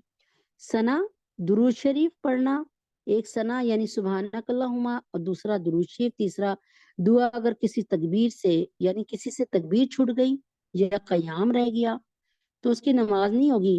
ہاں اگر ثنا وغیرہ رہ گی تو نماز ہو جائے گی۔ نماز جنازہ میں تمام اذکار آہستہ آواز سے پڑھیں، اونچی آواز سے ان اذکار کا پڑھنا کسی بھی حدیث سے ثابت نہیں ہے۔ اگر کوئی شخص ایسے وقت آئے کہ نماز جنازہ کھڑی ہو چکی تو اس کو چاہیے کہ امام کی تکبیر کا انتظار کرے۔ جب امام تکبیر کہے تو یہ شامل ہو جائے اور باقی تکبیریں امام کے سلام پھیرنے کے بعد کہے۔ آج کل کچھ لوگ سلام پھیرتے وقت پہلا سلام پھیر کر دایاں ہاتھ چھوڑ دیتے ہیں اور دوسرا سلام پھیر کر بایاں ہاتھ۔ یہ صحیح طریقہ نہیں ہے۔ پہلے آپ دائیں بائیں سلام کریں، یعنی دائیں بائیں آپ سلام کریں اور پھر دونوں ہاتھ چھوڑ دیں، یہ طریقہ صحیح ہے۔ یہ میرے پاس کتاب ہے حضرت مولانا نعیم الدین صاحب کی لکھی ہوئی، جو کہ استاد الحدیث ہیں جامعہ مدنیہ کریم پارک۔ تو احکام الجنائز حضرت مولانا نعیم الدین صاحب کی بڑی مستند کتاب ہے، الحمدللہ بہت جگہ پڑھائی جا رہی ہے، تو امید ہے کہ آپ بات سمجھ گئے ہوں گے۔ آج آخری سبق ہے اس کا، یعنی آج اس ہفتے کا آخری سبق ہے۔ اعوذ باللہ من الشیطان الرجیم، بسم اللہ الرحمن الرحیم۔ کیونکہ یہ سبق اتنی دفعہ ریپیٹ ہو چکا ہے، الحمدللہ رب العالمین۔ اے ایمان والوں، بسم اللہ الرحمن الرحیم، یا ایہا الذین آمنوا اذا نکحتم المؤمنات ثم طلقتموہن من قبل تمسوہن فما لکم علیہن من عدت تعتدونہا فمتعوہن وسرحوہن سراحا جمیلا۔ اے ایمان والو، تم جب مسلمان عورتوں سے نکاح کرو پھر تم ان کو قبل ہاتھ لگانے کے کسی اتفاق سے طلاق دے دو تو تمہاری ان پر کوئی عدت واجب نہیں ہے۔ ان عورتوں کو کوئی عدت کرنے کی ضرورت نہیں، کیونکہ ان کا جسمانی ملاپ نہیں ہوا۔ جس کو تم شمار کرنے لگو ایسی کوئی بھی عدت نہیں ہے۔ عدتوں میں شمار کرنا پڑتا ہے نا، کہ 3 مینسز، پہلا مینسز سے فارغ ہو گئے، پھر دوسرے مینسز سے، اس طرح 3 مہینے تقریباً لگ جاتے ہیں۔ تو ان کو تو اللہ تعالیٰ فرماتے ہیں شوہر سے کہ جس نے ان کو طلاق دی کہ تم ان کو کچھ مال متاع دے دو، کوئی مطلب تحفہ دے دو۔ اس میں مال متاع کی جب ڈیفینیشن پڑھتے ہیں تعریف، تو اس میں ایک سوٹ آتا ہے بما چادر کے، اور خوبی کے ساتھ ان کو رخصت کر دو۔ یہ ذلیل کر کے نہیں کہ تم ایسی تو تم ویسی، یہ نہیں کرنا۔ آگے اللہ تعالیٰ کے نبی اکرم صلی اللہ علیہ وسلم سے مخاطب ہیں اللہ تعالیٰ، یا ایھا النبی، اے پیارے نبی، یعنی اے نبی، انا احللنا لک ازواجک اللاتی آتیت اجورہن وما ملکت یمینک مما افاء اللہ علیک، ہم نے آپ کے لیے آپ کی یہ بیویاں جن کو آپ ان کے مہر دے چکے ہیں حلال کر دی ہیں، اور وہ عورتیں بھی جو تمہاری مملوکہ ہیں یعنی تمہاری سرونٹس ہیں یعنی خادمہ ہیں، وہ بھی آپ کے لیے حلال ہیں جو اللہ تعالیٰ نے، اور تیسری قسم جو اللہ تعالیٰ نے مال غنیمت میں آپ کو دلوا دی وہ بھی آپ کے لیے محمد صلی اللہ علیہ وسلم حلال ہے۔ یہ صرف نبی اکرم صلی اللہ علیہ وسلم کے لیے کھلی اجازت ہے، باقی اور کسی بھی کائنات کے کسی اور مرد کے لیے نہیں۔ وبنات عمك وبنات عماتك وبنات خالك وبنات خالاتك اللاتي هاجرن معك، اور آپ کے چچا کی بیٹیاں، آپ کی پھپھو کی بیٹیاں، اور آپ کے ماموں کی بیٹیاں، اور آپ کی خالاؤں کی بیٹیاں بھی جنہوں نے آپ کے ساتھ ہجرت کی، یہ بھی یا رسول اللہ آپ کے لیے حلال ہیں۔ لیکن شرط یہ کہ ہجرت کی ہو، یہ نہ ہو کہ وہ مکہ میں رہ گئی ہو، چلو ہمیں کیا، وہ لوگ چلے گئے تو چلے گئے، ہماری تو یہاں پہ بڑی پراپرٹی ہے، ہم یہیں رہیں گے، نہیں۔ اس وقت ہجرت کرنا فرض ہو گیا تھا، تو اس وقت اس کو کرنا چاہیے تھا۔ آگے اللہ تعالیٰ نے فرمایا وَامْرَأَةً مُؤْمِنَةً، اللہ تعالیٰ نے فرمایا کہ وَحَبَتْ نَفْسَهَا لِلنَّبِيِّ إِنْ أَرَادَ النَّبِيُّ أَنْ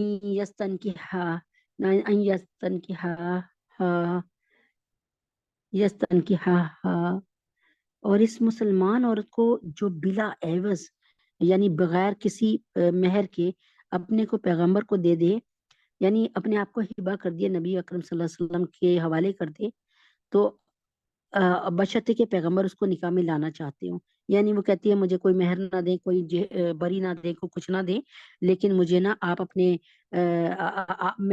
آپ مجھے اپنے پاس رکھ لیں، تو اگر نبی اکرم صلی اللہ علیہ وسلم کا رجحان اس طرف ہے تو اللہ کے نبی اس سے نکاح کر سکتے ہیں، ٹھیک ہے۔ یہ سب آپ کے لیے مخصوص کیے گئے ہیں، یہ صرف ایڈوانٹیج اور یہ تمام فیسلٹیز، یہ تمام سہولیات صرف نبی اکرم صلی اللہ علیہ وسلم کے لیے ہیں، باقی کائنات میں کسی شخص کے لیے نہیں ہے۔ خالصۃ لک من دون المؤمنین، اللہ نے یہاں پہ فرما دیا کہ یہ سب آپ کے لیے مخصوص کیے گئے ہیں، نہ اور مومنین کے لیے، یعنی کسی اور مومنین کے لیے نہیں۔ قیامت کی صبح تک نبی پاک صلی اللہ علیہ وسلم کے بعد تو کسی نبی نے آنا ہی نہیں ہے، تو صرف نبی آخر الزماں کے لیے یہ تمام کے تمام فیسلٹیز ہیں اور تمام سہولیات ہیں۔ قد علمنا ما فرضنا علیہم فی ازواجہم وما ملکت ایمانہم لکی لا، یہاں پہ اللہ تعالیٰ فرماتے ہیں ہم کو وہ احکام معلوم ہیں جو ہم نے ان پر ان کی بیویوں اور لونڈیوں کے بارے میں مقرر کیے ہیں، یکون علیک حرج وکان اللہ غفور الرحیم، تاکہ آپ پر کسی قسم کی تنگی واقع نہ ہو، اور اللہ تعالیٰ غفور الرحیم ہے۔ یہاں پر صرف تھوڑی سی بات کرنے کی ضرورت ہے کیونکہ بہت زیادہ اس کو دہرا چکی ہوں، اور وہ یہ ہے کہ آنز سسم کے وصال کے بعد جب کوئی نہایت مشکل، اور اما عائشہ صدیقہ نہیں، چنانچہ صرف ایک ام المومنین اما عائشہ صدیقہ رضی اللہ عنہا سے کتب حدیث میں 2210 روایات یعنی منقول ہیں، اور آن سسم کے وصال کے بعد جب کوئی نہایت مشکل اور پیچیدہ مسئلہ صحابہ میں آ پڑتا تھا تو وہ اما عائشہ صدیقہ رضی اللہ عنہا کی طرف رجوع کرتے تھے، یعنی اللہ تعالیٰ نے واحد نبی اکرم صلی اللہ علیہ وسلم، اللہ کے نبی اکرم صلی اللہ علیہ وسلم نے زیادہ تر بیوہ عورتوں سے اور بچے والے عورتوں سے شادی کی، ایون ان کی پہلی شادی جو 25 سال کی عمر میں تھی اور 25 سال کی عمر میں تھی اور 40 سال کی ایک 2 دفعہ کی بیوہ اما ختیجہ سے جب شادی ہوئی تو ان کی عمر جسٹ 25 سال تھی اللہ کے نبی کی۔ اللہ کے نبی اس وقت چاہتے تو 10-15 سال کی بچی سے شادی کرتے، لیکن نہیں، اللہ کے نبی اکرم صلی اللہ علیہ وسلم نے 53 سال کی عمر میں یعنی کافی سالوں کے بعد جب کوئی شادی اتنی بڑی عمر میں کی تو وہ اما عائشہ سے جو جن کی عمر 6 سال کی تھی اور نکاح کیا، اور 9 سال کی عمر میں اما عائشہ کی رخصتی ہوئی، اس لیے کہ پورے کے پورے شریعت کو اور پورے کے پورے اللہ کے قانون کو اما عائشہ صدیقہ رضی اللہ عنہا اپنے اندر سمیٹ لیں اور امت محمدیہ صلی اللہ علیہ وسلم تک پہنچا دیں۔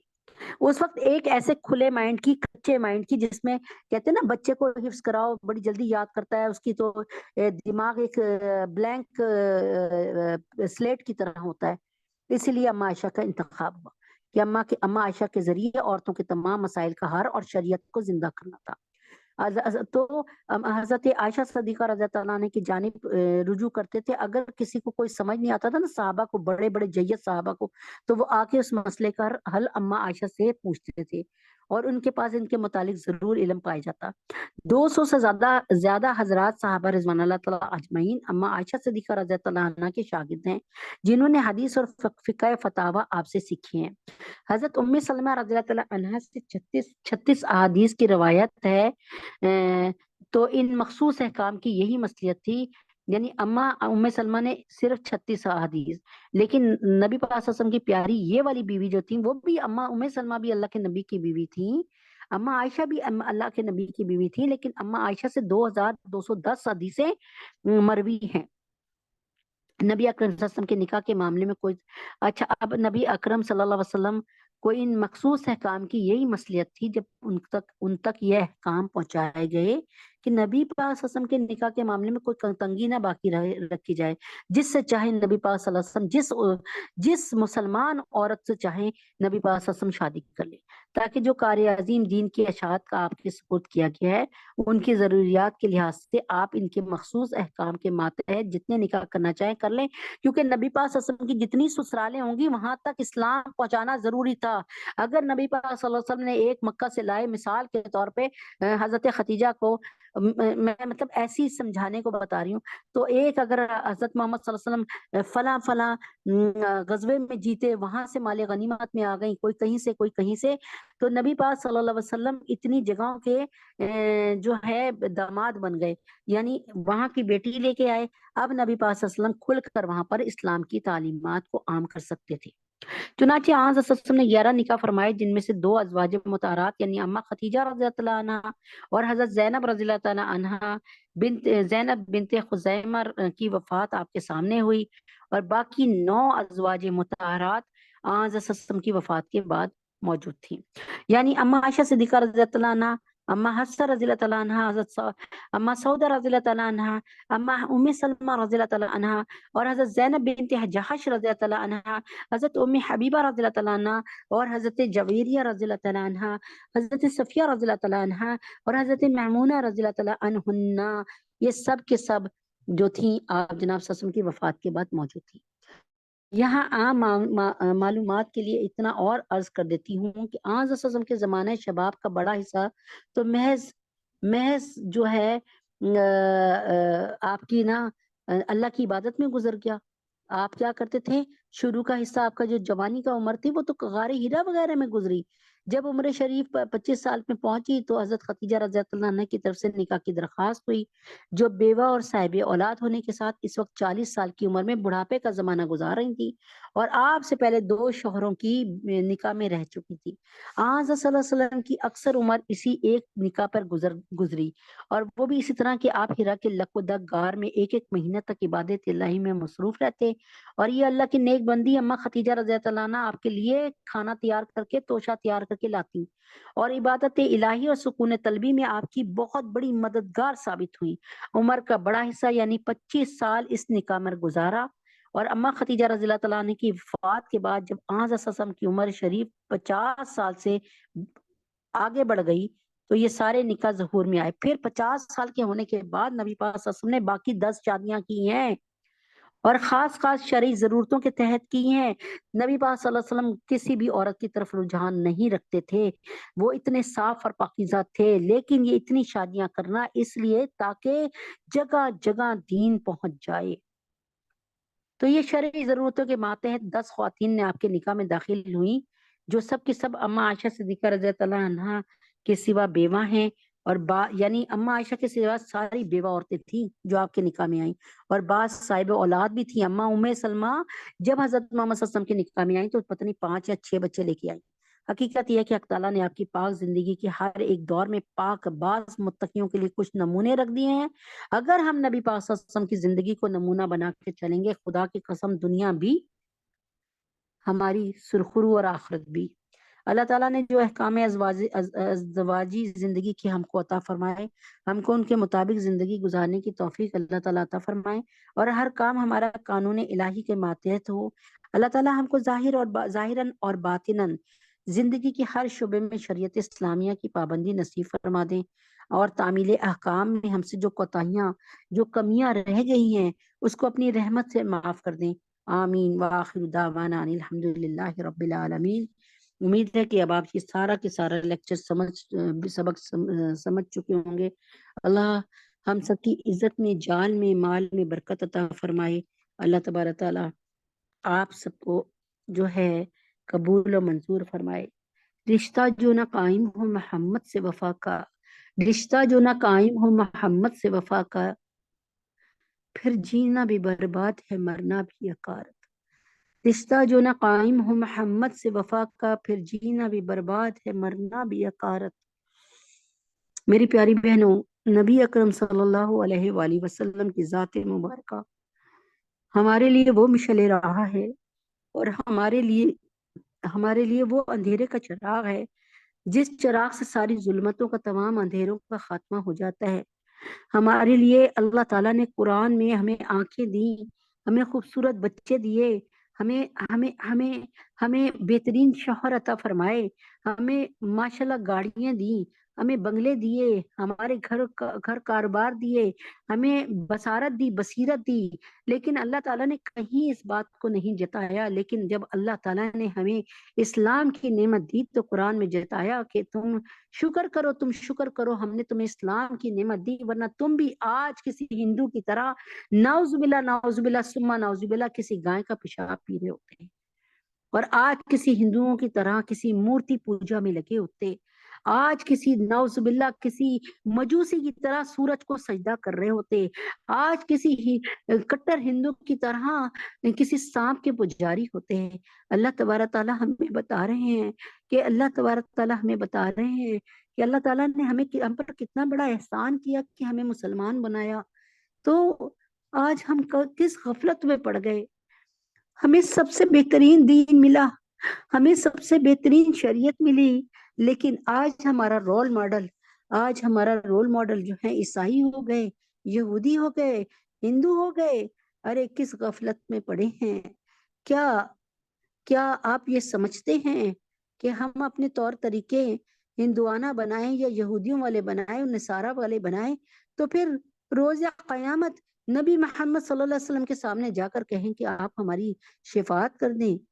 اگر نبی پاک صلی اللہ علیہ وسلم نے فرما دیا کہ میں تمہارے چہرے پہ داڑھی نہیں دیکھتا، تو آپ کیا جواب دیں گے؟ اگر نبی اکرم صلی اللہ علیہ وسلم نے فرما دیا کہ میں تمہارے جسم پہ وہ پردہ نہیں دیکھتا جو پردہ جس کا قرآن میں حکم آیا، سورہ احزاب میں حکم آیا، سورہ نور میں حکم آیا، میں تمہارے جسم پر وہ پردہ نہیں دیکھتا، تو پھر ہم عورتیں کس منہ سے حضرت محمد صلی اللہ علیہ وسلم کو کہیں گے کہ آپ ہماری شفاعت کر دیں؟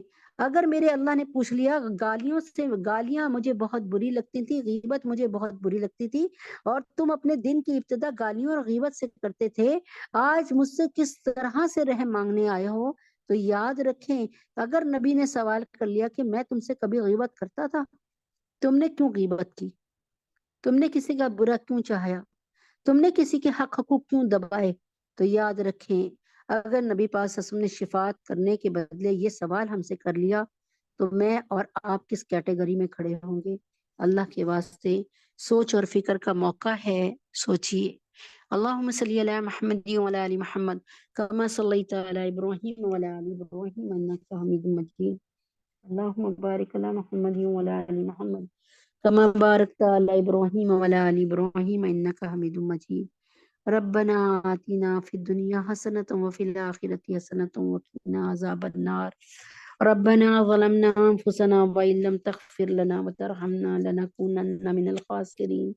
رب اغفر وارحم وانت خیر الراحمین۔ اللہم انت السلام ومنک السلام تبارکت یا ذا الجلال والاکرام۔ اللہم اعنی علی ذکرک وشکرک وحسن عبادتک۔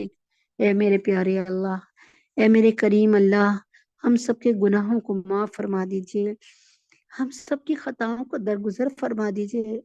اللہ پاک، ہم تیرے اس احسان کو بھول گئے ہیں، ہم تیرے اس احسان کو بھول گئے کہ تو ہمیں رات کو بہترین نیند سلاتا ہے، اے اللہ تو ہمیں پیٹ بھر کے سلاتا ہے، اے اللہ تو ہمیں ہماری حفاظت کرتا ہے، اے اللہ آپ ہمیں کھلاتے ہیں خود کھانے سے پاک ہیں، آپ ہمیں سلاتے ہیں خود سونے سے پاک ہیں، اے اللہ پاک آپ ہمارا خیال رکھتے ہیں ہر طرح سے، ہم سوتے ہیں آپ جاگتے ہیں، ہم سوتے ہیں آپ جاگتے ہیں، ہم کھاتے ہیں آپ کھلاتے رہتے ہیں، اے اللہ ہم کس قدر نکمے ہیں، ہمیں اپنے نکمے پن کا احساس ہے، اے اللہ ہمیں ہمارے حال کی سپرد مت کیجیے، اے اللہ ہمیں ہمارے سپرد مت کیجیے، اللہ تجھے تیرے نبی کا واسطہ ہم پر رحم فرما دیجیے، اللہ تجھے تیرے نبی کا واسطہ ہم پہ کرم فرما دیجیے،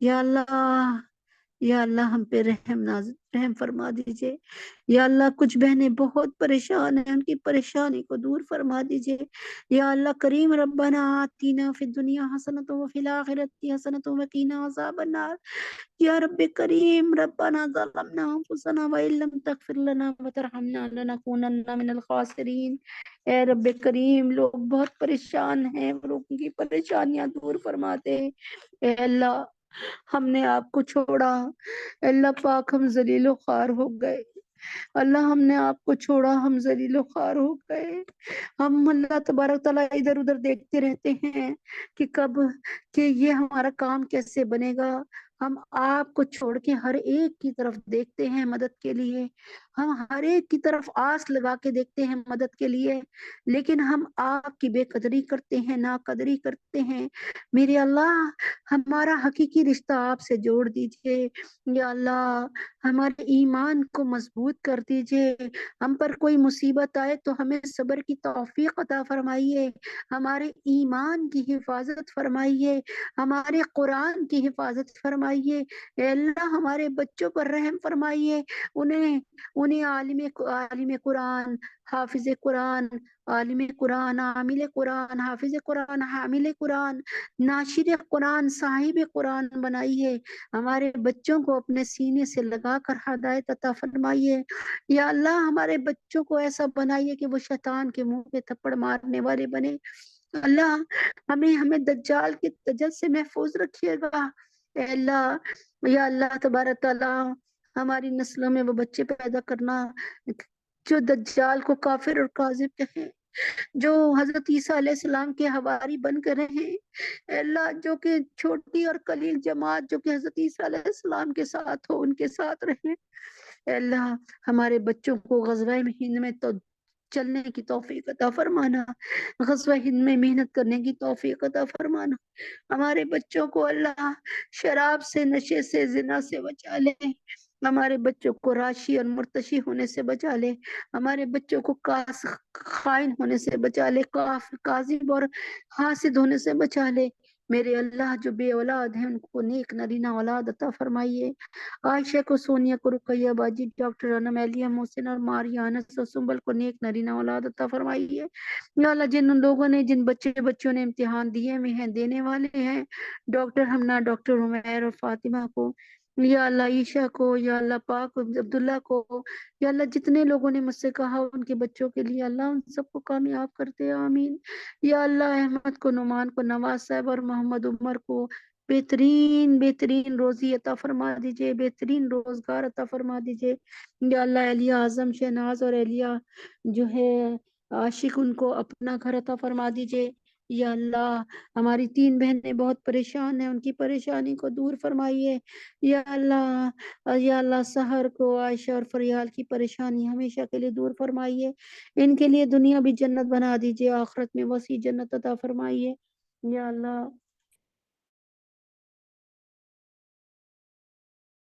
کاملہ عاجلہ مستمرہ عطا فرما دیجئے، یا اللہ تمام بیماروں کو صحت کاملہ عاجلہ مستمرہ عطا فرما دیجئے، یا اللہ تمام علماء اسلام کو، حضرت جی کو، عمیر کو، نازیہ اندلیب، سلطلہ اور اشفاق صاحب کو، عبداللہ کو، اہلیہ حسین کو، شازیہ عائشہ کو، معظم نازیہ کو، حمید حسن کو، یا اللہ مومنہ کو، عائشہ جنید کو، حمزہ کو، یا اللہ سنبل کو، عنایت کو، یا اللہ عادل کو اللہ صحت کاملہ عاجلہ مستمرہ عطا فرما دیے، یا اللہ جو بچیاں گھروں میں بیٹھی ان کے لیے نیک مقدر کھول دے، یا اللہ ان کے لیے نیک رشتے بھیج دے، حفصہ فاطمہ جویریہ ام حبیبہ سدرہ سبحانہ حفصہ سجاد بینی شفیفہ مانور بنات سرور فخر عبد المتین کے لیے اللہ بہترین رشتے عطا فرما دیجئے، ہم سب کے گناہوں کو معاف فرما دیجئے، ہم سب کی خطاؤں کو درگزر فرما دیجئے۔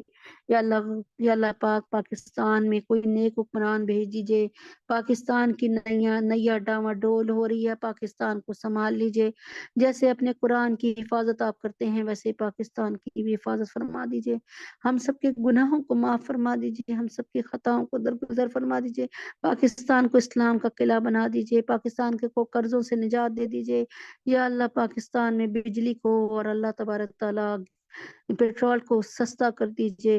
اللہ میں اسی امید سے کہ آپ سب کچھ کر سکتے ہیں دعا کرتی ہوں، یا اللہ تین حرم کی حفاظت فرما دیجئے، اللہ ہم سب کے گناہوں کو معاف فرما دیجئے۔ وصلی اللہ تعالی علی خیر خلقہ محمد وعلی آلہ واصحابہ اجمعین برحمتک یا ارحم الراحمین۔ سبحان ربک رب العزت عما یصفون وسلام علی المرسلین والحمد للہ رب العالمین۔